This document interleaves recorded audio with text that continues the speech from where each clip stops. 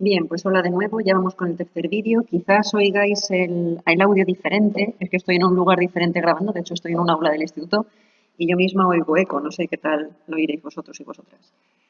Vamos con la localización del proyecto empresarial. Es algo a tener en cuenta de manera estratégica, es decir, a medio y largo plazo, porque las empresas, sobre todo cuando tienen que estar en un lugar físico, no puedes estar cambiándolas de ese lugar físico cada 2 por 3, porque quizás has hecho una inversión grande o tienes ya tu clientela montada alrededor, dependerá del negocio que tengas. Y pues bueno, pues no puedes irte, levantar el campamento e irte todos los años o cada 6 meses. Perdón de nuevo. Así que vamos a ver qué factores tengo que tener en cuenta para valorar la localización que tengo que elegir para poner mi empresa. El primer factor a tener en cuenta es el económico, teniendo en cuenta, valga la redundancia otra vez, si mi empresa es una empresa industrial, es decir, si tengo fábrica, o si es una empresa de servicios. Si es una empresa industrial, lo mejor es que me vaya a un polígono industrial, que para eso están. Una, porque están apartadas de los núcleos urbanos donde no molestan a la gente. Dos, porque ya están preparadas con infraestructuras y además suelen estar cerca de vías de acceso para que entre y salga la mercancía mejor. Y tres, porque el metro cuadrado suele estar más barato que dentro de una zona urbana. Así que por muchas de estas razones, si lo que tienes es una empresa manufacturera o simplemente de transformación, es decir, de sector industrial, lo mejor es que te vayas a un polígono. Si es una empresa de servicios, pues dependerá. Hay empresas de servicios que están también en los polígonos, por eso, porque está más barato el terreno y no pasa nada, pero si lo que necesitas es estar cerca de tus clientes, entonces es mejor que te localices donde están ellos y ellas. Así que mejor ponerte en lugares donde está tu núcleo o tu nicho de mercado. Por los costes y las características del local, pues ya hemos anticipado también un poquito cuando hemos hablado de los polígonos industriales. ¿Qué necesito? ¿Un solar porque voy a construir una nave industrial? Pues entonces ya hemos dicho que mejor a un polígono industrial. Lo que necesito es no construir una nave a mi imagen y semejanza, sino que pueda aprovechar una que ya esté. ¿Y qué voy a hacer? ¿Alquilar o comprar? ¿Qué necesito? ¿Nave de grandes dimensiones? ¿O con una oficina es suficiente? ¿O el formato que tengo que elegir es una oficina? ¿O es local? Porque tengo que tener un comercio. ¿Puedo compartir mi lugar de trabajo y, por ejemplo, alquilar una oficina grande entre varias personas que nos dedicamos a cosas diferentes? Evidentemente, tengo que mirar a ver cuánto espacio necesito y qué características tiene que tener ese espacio. Las medidas de una oficina, además por prevención de riesgos laborales, tienen que ser unas en determinado en cada puesto de trabajo, si es un comercio también, pero sin embargo las características de un almacén o de un lugar donde no tienes que recibir a clientes o donde tienes que meter volumen de carga, pues entonces van a ser otras y por lo tanto tus necesidades también van a ser otras. Y no puedo tener ese tipo de local o no puedo tener ese tipo de espacio dentro de una escalera de un edificio. Y también, una vez encontrado mi lugar ideal, tengo que pensar si necesito hacer obras y acondicionamiento o me sirve tal y como esté. Todo eso evidentemente tiene una repercusión económica. Otra cosa que tengo que tener en cuenta cuando elijo la localización, la demanda en la zona. Es decir, si es una zona donde la demanda del producto está en crecimiento, porque todavía no hay demasiada gente implantada, me refiero con gente a la competencia, y por lo tanto yo puedo llevarme ahí una cuota de mercado importante, o hay poquita gente implantada, o qué pasa ahí, o es que está esa zona en crecimiento demográfico y por lo tanto pues tengo bastante mercado al que acudir. O fijarme si no hay ventas y tengo que valorar por qué motivo es. ¿No hay ventas porque la gente que vive ahí o que está ahí se va a otro lado a comprar, a consumir? ¿O es que están cerrando empresas porque se han puesto allí pensando que sí que iban a tener mercado, pero pues no tienen aceptación? ¿O resulta que no hay empresas o hay muy poquitas porque todavía no han explotado ese mercado y entonces estamos en el proceso contrario? No es que estén yéndose, sino que están llegando y yo podría ser una de esas empresas que está llegando. Cosas para ver. Más. La competencia que haya en mi zona. Si hay muchas empresas en la zona, por lo tanto habrá mucha competencia. Si hay muchas empresas, es posible que no me moleste que estén porque no las considere como competencia, sino que considere que son un elemento aglutinador. Hay lugares que la gente vamos porque sabemos que están todos los comercios, por ejemplo, de algo determinado allí. Me viene a la mente la calle de las novias, no sé si seguirá estando igual, en Alicante, hay una calle donde están todas las tiendas de novia allí. Por lo tanto, cuando tienes que comprarte algo de eventos de ese tipo, pues acudes allí a esa calle y en un paseo por todos los comercios que hay allí ya has acabado de ver todo lo que hay y no tienes que diversificarte ni perder más tiempo. Si hay pocas empresas o las empresas que hay lo hacen mal o no tratan bien al cliente, entonces hay un hueco para la competencia, por ejemplo, para mí, para establecerme yo. Las comunicaciones, esto es muy importante. Ya digo que esto es parte de la estrategia de tu negocio a medio y largo plazo, es decir, incluso a 5 o 10 años, porque vas a hacer alguna inversión cuando te establezcas. Primero, tengo que mirar en las comunicaciones la facilidad de accesibilidad de los clientes, es decir, si les resulta sencillo encontrarme, si pueden venir andando incluso, o si pueden venir con su coche, si hay zonas de aparcamiento, si está cerca de vías de acceso, si hay transporte público, y la facilidad de salida del producto fabricado, es decir, todo lo contrario. Me tengo que fijar que allá donde esté yo, si es fácil que me llegue a mí el producto que yo necesito y además si yo puedo enviar mi producto. Y esto es lo que pasa con los polígonos industriales, que los suelen además poner de forma estratégica. No es en cualquier sitio que tenga el municipio, en cualquier terreno municipal. Lo suelen poner en lugares que están cerca de vías de acceso y de medios de transporte grandes tipo puerto, aeropuerto o la autovía o similar. Legislación y ayudas públicas. Ya hemos hablado antes en el entorno general de todo esto. Bien, pues cada zona, aparte de haber una legislación estatal, pero cada zona en concreto, cada municipio tiene también su propia normativa en materia de comercio, por ejemplo, o de medio ambiente o de las ordenanzas sobre ruidos o similar. Y dentro de la comunidad autónoma, por supuesto, también hay bastante normativa al respecto. Yo tengo que ver, a ver si eso dificulta que yo me instale en ese lugar o lo favorece. Y además, pues puede haber ayudas para creación de nuevas empresas, que te establezcas como empresa en esa zona, para algún tipo de empresa en específico. De hecho, desde que entraron los fondos europeos por la pandemia, no paran de venir pues ese tipo de líneas de subvención a empresas que se establezcan, por ejemplo, en entornos rurales o en entornos de los que llaman la España vaciada, o para que las empresas hagan la conversión a ser sostenibles y hacia la digitalización. Hay veces que también dan ayudas a sectores para el mantenimiento de las empresas, porque mantener esa empresa conviene por la cantidad de puestos de trabajo que dependen de esas empresas. En fin, hay muchos tipos de ayudas y ya buscaremos a ver.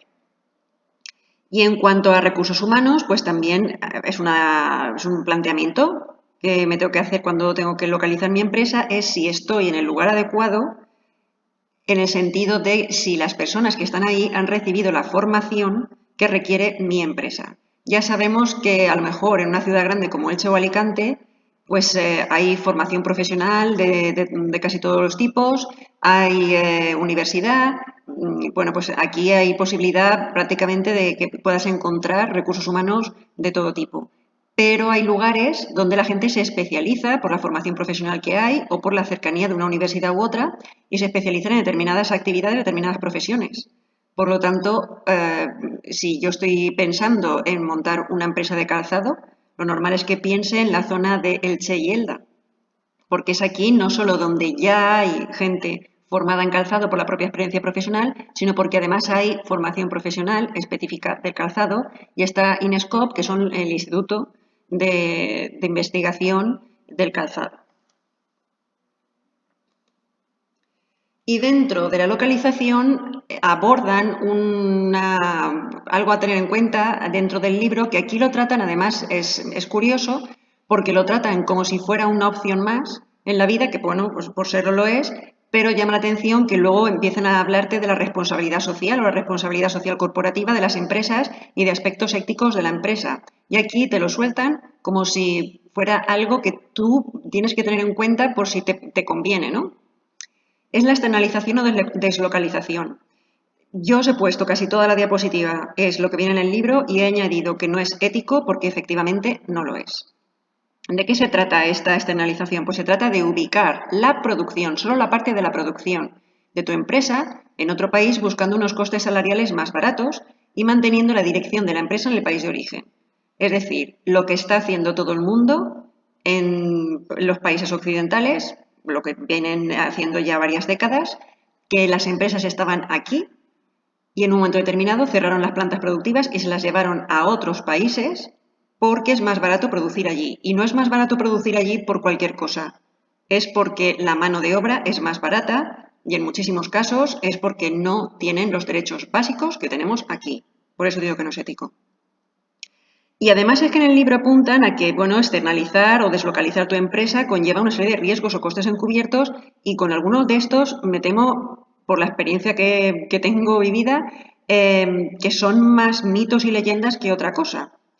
Por ejemplo, el coste, hay algunos con los que sí que estoy de acuerdo y otros que me parece que es, pues eso, un pretexto o un estereotipo. El coste de baja calidad.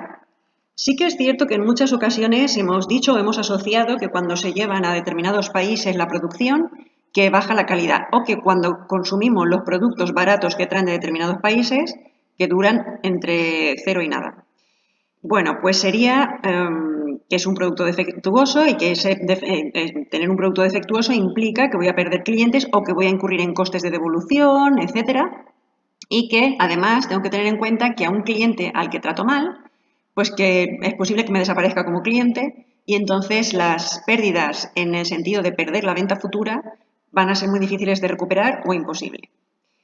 Digo que yo con esto estoy de acuerdo hasta cierto punto. Sí que es cierto que hemos importado muchísimas cosas que nada más abrirlas, sacarlas del paquete, ya se ven de baja calidad, son horribles y se rompen en nada o no tienen mucha esperanza de vida, pero también es cierto que dependerá de lo que sea y que se han puesto las pilas en determinados países y que están produciendo, incluso ya no produciendo para otras empresas extranjeras, sino teniendo sus propias marcas, y me refiero, por ejemplo, a los móviles, y ya sí que son más baratos y tienen las mismas prestaciones o más que el resto de marcas. ¿Y a qué precio sacan que el móvil te salga más barato, pero con la misma calidad o incluso más prestaciones? Pues lo que he dicho antes, al precio de las personas que están trabajando en esas empresas. Por lo tanto, ¿estoy de acuerdo con lo del coste de baja calidad? Pues dependerá. El coste de aprendizaje del personal, eso sí que es cierto. Cuando abres una planta productiva en otro sitio, evidentemente tienes que formar a la gente. Y sobre todo si es un lugar donde pues no había tradición de ese tipo de empresas. Habrá que formar a los empleados y los mandos intermedios, pero como si abrieras la empresa de nuevas aquí al lado. Ese coste siempre va a estar. Ahora, que es un coste adicional si lo que estás haciendo es cerrar una planta productiva aquí, que la gente ya sabía su oficio, y la tienes que abrir en otro lugar. El coste de baja productividad. Pues aquí tampoco estoy muy de acuerdo. Aquí dice que es debido al proceso de aprendizaje que se produce una menor productividad y hay que contratar a más personal para mantener la producción. Punto 1. Cuando te has llevado a otro país por abaratar costes la producción, contratar en un momento determinado a más gente te va a dar un poquito igual, porque precisamente eso es lo que te sale barato, la mano de obra. Y punto 2. Bueno, pues como si abres una planta productiva en cualquier otro sitio. Como si abres la empresa de nuevo en la ciudad en la que estás. Pues mientras la gente aprende, mientras se produce esa curva de aprendizaje, pues a lo mejor no llegas al punto álgido de la productividad. Pero no me parece que sea un problema exclusivo de la deslocalización. Y luego el coste de alta rotación de personal, aquí no estoy para nada de acuerdo. Aquí habla de que se producen contratos temporales o bajas voluntarias por malas condiciones y todo ello conlleva aprendizaje también, una inversión otra vez en aprendizaje de nuevo personal. No estoy de acuerdo para nada porque la gente rota, se va voluntariamente de un trabajo cuando tiene esa posibilidad, es decir, cuando tiene cierto poder sobre su vida laboral. Pero en países donde no tienen derechos y donde te pagan prácticamente por la comida o por sobrevivir, me vais a contar a mí qué rotación de personal hay y si la gente es libre de irse a que lo exploten a una empresa o a la de al lado. No estoy de acuerdo en absoluto con eso. De hecho, ahí es posible que haya menos rotación porque, bueno, mano de obra y a patadas y si quieres trabajar, pues estas son las condiciones y punto. Y la verdad, no me parece que sea un coste o un riesgo que tenga la deslocalización o no especialmente de la deslocalización. Bien, pasamos al punto 7, la cultura empresarial e imagen corporativa. Son dos cosas que van unidas, pero que no es lo mismo. De hecho, no es para nada lo mismo. Bueno, las empresas tienen una cultura que influye sobre sus miembros. Una manera de hacer las cosas que hace de reeducador de la conducta de la gente que forma parte de esa misma empresa. La cultura de la empresa es interna y afecta a la gente que está trabajando en ella. ¿Qué es la cultura de la empresa? Pues su definición concreta sería conjunto de creencias y valores compartidos por sus miembros, tal cual.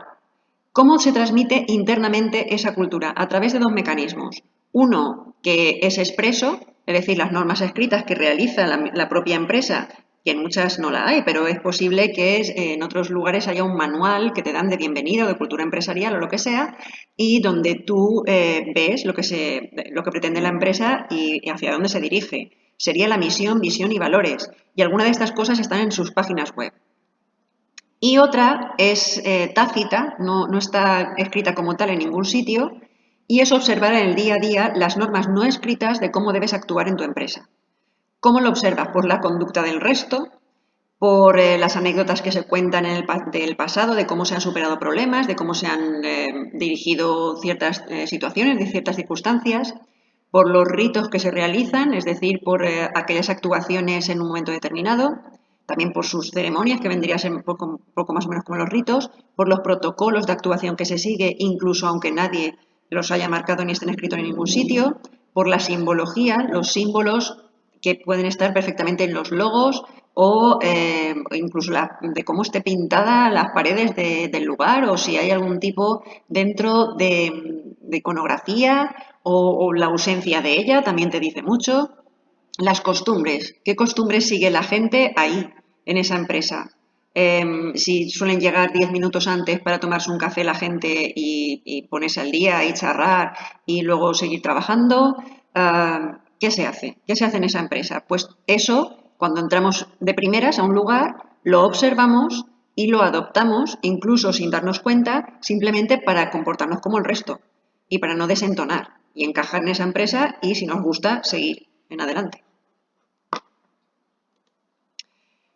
Ahora, la imagen corporativa, ¿tiene que ver con la cultura empresarial? Sí, pero no es lo mismo. La cultura empresarial hemos dicho que es lo que se ve, los comportamientos que se ven dentro de la empresa y los ven las personas que están trabajando dentro de esa empresa. Pero la imagen corporativa es lo que el resto de la sociedad capta sobre esa empresa. Es decir, es el conjunto de impresiones que el público tiene de la empresa. No estamos hablando de algo interno.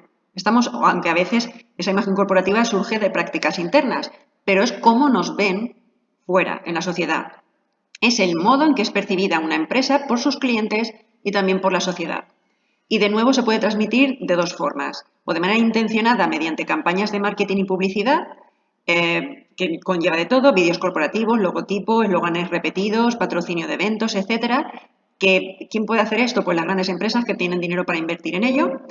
O de manera espontánea, que es lo normal y más propio de las pequeñas empresas, que es cómo actúas tú de manera cotidiana, pues entonces eso lo observan los clientes y se hacen una idea de cómo trabajas tú y cómo es tu empresa y de quién eres tú.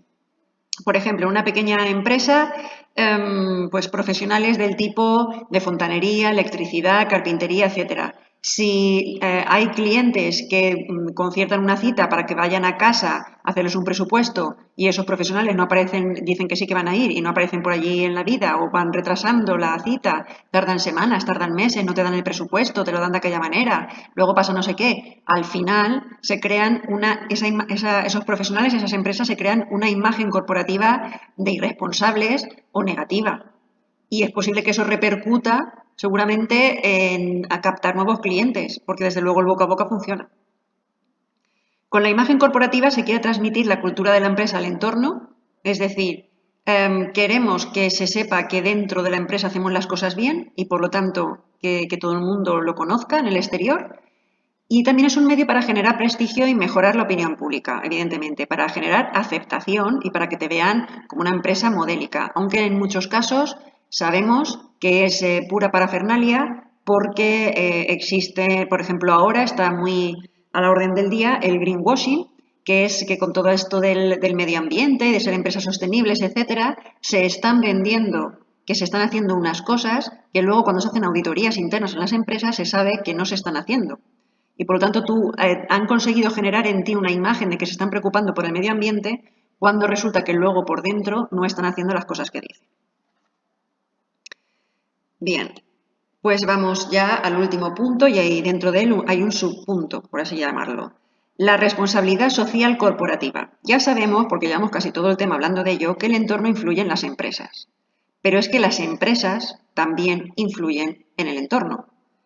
Por ejemplo, las empresas tienen un impacto medioambiental, tienen un impacto social. Allá donde se implante una empresa, habrá que ver qué huella deja en el medio ambiente y también qué huella social deja creando puestos de trabajo o no. Por eso las empresas tienen esta responsabilidad social, que no solo no es una responsabilidad social únicamente, aunque también es necesario que actúe a posteriori, es decir, que cuando hayan metido la pata, entonces se les sancione. Se trata de que esa responsabilidad social forme parte de su gestión de tal manera que ya prevean y se anticipen a no meter la pata. Y por lo tanto que generen o que se evite el impacto nocivo como por ejemplo pues los medioambientales que son los más sonados. Cuando hay un vertido de una empresa o que se sabe que no estaban tomando las medidas adecuadas y estaban vertiendo los desechos a un río y se han cargado toda la biodiversidad, biodiversidad de la zona o cosas así. Que no cuando se les pille paguen la multa y ya está, sino que antes, previamente, hagan lo posible para no tener ese tipo de desastres. Bueno, en Brasil se creó una definición sobre qué es la RSC, que es la responsabilidad social corporativa, y dice que es una forma de gestión que se define como una empresa ética y transparente con todos los públicos y se caracteriza por el establecimiento de objetivos empresariales para impulsar el desarrollo sostenible de la sociedad, preservando sus recursos ambientales y culturales para las generaciones futuras, respetando la diversidad y promoviendo la reducción de las desigualdades sociales. De hecho, la sostenibilidad es eso. La sostenibilidad es saber que el mundo tiene recursos limitados y que cuando hagas aprovechamiento de ellos, que sea para generar cosas útiles para las generaciones de ahora y teniendo en cuenta que detrás viene más gente y que para esas personas también habrá que dejar recursos. Y además, pues bueno, ¿en qué sentido o en qué ámbitos? Evidentemente hay que ser sostenibles en el ámbito medioambiental, pero también en el cultural y social. La responsabilidad social corporativa es un fenómeno relativamente nuevo. Surgió a finales del siglo XX cuando estábamos dándonos cuenta de que estábamos llenando todo de basura y que estábamos tratando también a la gente trabajadora de aquella manera. Está pasando, por lo tanto, la implantación de la RSC por 3 etapas. La primera etapa fue la de cumplimiento estricto de la ley para no ser sancionadas. Es decir, mi responsabilidad llega hasta donde me dice la ley que tengo que llegar y solo porque evito que me pongan una multa o que me metan a la cárcel. La segunda etapa llegó cuando no solo tenían responsabilidad social las empresas evitando las multas, sino que además respondían a requerimientos sociales, que es cuando empezaron a surgir movimientos sociales en torno a algo en concreto que a la gente le llamaba la atención o le molestaba, y entonces, frente a esa demanda social, la empresa hacía una rectificación o se ponía a favor de esa corriente para hacer las cosas de determinada manera. Y por último, la tercera etapa es cuando hay una verdadera concienciación social por parte de las empresas, incorporando la responsabilidad social corporativa dentro de su cultura empresarial por propio convencimiento y porque saben que deben gestionar la empresa desde un punto de vista responsable en todos los ámbitos. Y hablando de ámbitos, ¿dónde actúa la responsabilidad social corporativa? Pues en muchos ámbitos. Aquí hay 5, son bastante amplios. En los derechos humanos, por ejemplo, hay empresas que están comprometidas con que no haya explotación infantil y por lo tanto pues cierran las empresas que han tenido o las plantas de explotación que han tenido en un momento determinado en lugares donde estaban explotando a niños para trabajar o directamente pues no abren en esos lugares, cosa que antes sí que ocurría perfectamente y de hecho sigue ocurriendo en determinados sectores como por ejemplo la extracción de determinados minerales que necesitamos ahora para las nuevas tecnologías. En derechos laborales, pues comprometerse con que la gente tenga no todos, o sea, no solo todos sus derechos reconocidos y que los puedan ejercer, sino incluso ampliarlos, pues por ejemplo, que den más días de vacaciones en un momento determinado o que intenten hacer horarios flexibles para compatibilizar la vida familiar y personal con la laboral. En ámbitos de actuación de la sociedad, así en amplio, en la sociedad cabe todo, ¿no? Pero ¿qué se entiende que es lo de la sociedad? Pues que patrocinen eventos para, por ejemplo, la investigación contra el cáncer, pues hay empresas que están comprometidas con determinados tipos de cáncer, como el cáncer de mama, o con la investigación en algún tipo de enfermedad en general. El desarrollo económico, pues el compromiso con actuar de forma que donde están localizados, pues crear puestos de trabajo, puestos de empleos y además también preservar los que hay utilizando los proveedores que ya hay en esa zona, no buscándoselos fuera. Y la responsabilidad medioambiental, pues bueno, ya sabemos cuál es, la de tener o de generar el menor impacto posible en el medio ambiente donde están ubicados o por el que pasan. Ahora, todo esto de la responsabilidad social corporativa puede sonar un poco como no forma parte de la empresa, ¿qué pasa? ¿Esto son ONGs o qué es? No, vamos a hacer diferenciar entre tres conceptos. Uno, la empresa con responsabilidad social corporativa, otro, lo que es una ONG, que no es una empresa, y por otro lado, la empresa social, que es lo que se intenta últimamente que surja. Las empresas con responsabilidad social corporativa venden productos en el mercado para obtener una rentabilidad, ese es el objetivo principal. Lo que pasa es que han incorporado, a modo de parche, acciones concretas de responsabilidad social como complementarias a su actividad principal. Es decir, empresas que están haciendo lo mismo que siempre, solo que ahora, por ejemplo, participan en una campaña o patrocinan una asociación o eventos deportivos o similar para, bueno, pues un poco para mejorar su imagen. Ejemplo, la Caixa tiene la Fundación Obra Social La Caixa. Muchos bancos y muchas entidades, aseguradoras, etcétera, pues con el excedente que crean de dinero, que tienen bastante, pues deciden caer mejor o intentar darse un lavado de imagen con una obra social, una fundación que revierta beneficios sobre la sociedad. Por supuesto, ojo, yo no estoy diciendo que esas fundaciones no creen un beneficio social real, que por supuesto que sí, pero no es el objetivo principal de esa empresa. La Caixa lo que hace es ganar dinero prestando dinero a su vez o que se lo presten, o dando hipotecas, dando préstamos, ese tipo de cosas. Crean como un agregado más complementario su obra social. La ONG ya he dicho que no es una empresa y por lo tanto no venden productos para obtener rentabilidad, aunque hay ONGs que sí que abren comercios pues, de comercio justo o similar para financiarse o para dar a conocer ciertas prácticas o dar a conocer ciertas actividades o a productores de ciertos sitios o lo que sea. Lo que persigue una ONG no es la rentabilidad económica, sino un fin social. Y no se financian de lo que entra exclusivamente en forma de ingresos por la venta de lo que hagan, que no tienen por qué vender absolutamente nada, sino que se financian por cuotas de socios, por subvenciones y también por donaciones esporádicas. Por último, ¿qué es la empresa social? Que es donde puede surgir más confusión. La diferencia entre empresa con responsabilidad social y la empresa social. La empresa social está surgiendo en los últimos años. Venden productos al mercado para obtener rentabilidad. Es una empresa, sí. Pero el producto que venden es social porque resuelve un problema social o medioambiental. Hay una empresa en Denia, que ahora mismo no recuerdo, a ver si os la puedo decir en clase, que surgió del hecho de intentar eliminar residuos, sobre todo residuos plásticos del mar, y eso reconvertirlo en algo que se pudiera volver a utilizar. La misión social es más importante que la rentabilidad y el reparto de dividendos. Aquí no prima la pasta al precio que sea. Aquí lo que hay que ver es que haya una misión social que mantener y no apartarse de ese objetivo, aunque evidentemente no van a querer tener pérdidas. La empresa es una herramienta para cambiar el mundo y hacerlo más justo, es decir, mostrarle al mundo que sí se puede hacer negocio, sí se puede tener una empresa, pero no a cualquier costa, sino que además puedes hacer un beneficio social. Se pueden hacer las cosas de diferente manera.